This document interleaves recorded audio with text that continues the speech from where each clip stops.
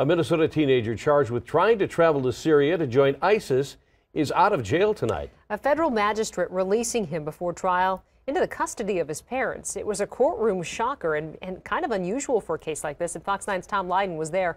I can't imagine prosecutors were very happy about that outcome, Tom. I think quietly seething would be the accurate description. They had no comment after court, but said they do plan on appealing. In theory, the judge was just deciding today on detention.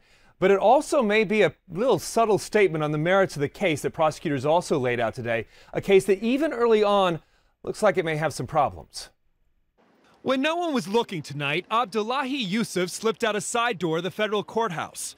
The 18-year-old, the first local terror suspect anyone can remember, who's been released before trial.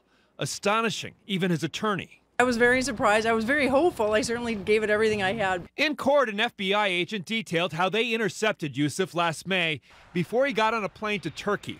The other man charged, Abdi Nur, flew out the next day and is believed to be fighting for ISIS in Syria. But the timing may be critical to the case. Yusuf got his passport on May 5th. But the State Department didn't declare ISIS or ISIL a terrorist organization until May 15th, 10 days later, just 13 days before Yusuf tried to fly to Turkey. Anyone saying they want to go to Syria to fight against the Syrian government, how does that make you a terrorist? It just might make you show that you want to fight, but it doesn't make you a terrorist doing atrocities by any means. On at least 2 occasions, FBI agents had Yusuf under surveillance and watched as he left school, looked over his shoulder, and walked 2 blocks to this mosque, Al Farouk, here in southeast Minneapolis, including right before Yusuf tried to get on that plane to Turkey. And if Al Farouk sounds familiar, well, it's come up before. It's part of the Al Farouk Family Center in Bloomington, where prosecutors say Abdi Nur's family claims he was radicalized, becoming much more religious and talking about jihad. It was around the same time that the center kicked out a former al-Shabaab suspect, Amir Mashal, because he was allegedly radicalizing their young people. It's really open. They make it that way so it attracts, good people.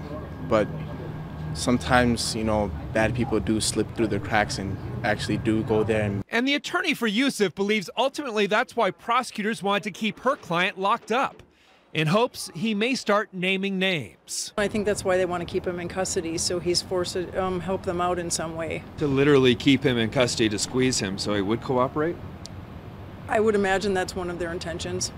There are a bunch of conditions on Yusuf tonight. He will have a curfew, must remain law-abiding, and he had to surrender his passport as well. We contacted Al Farouk's attorney to see if they had any comment on their connections to the 2 suspects, but we never heard back. We are looking at a trial sometime in the spring, if it gets that far. In the newsroom, Tom Lydon, Fox.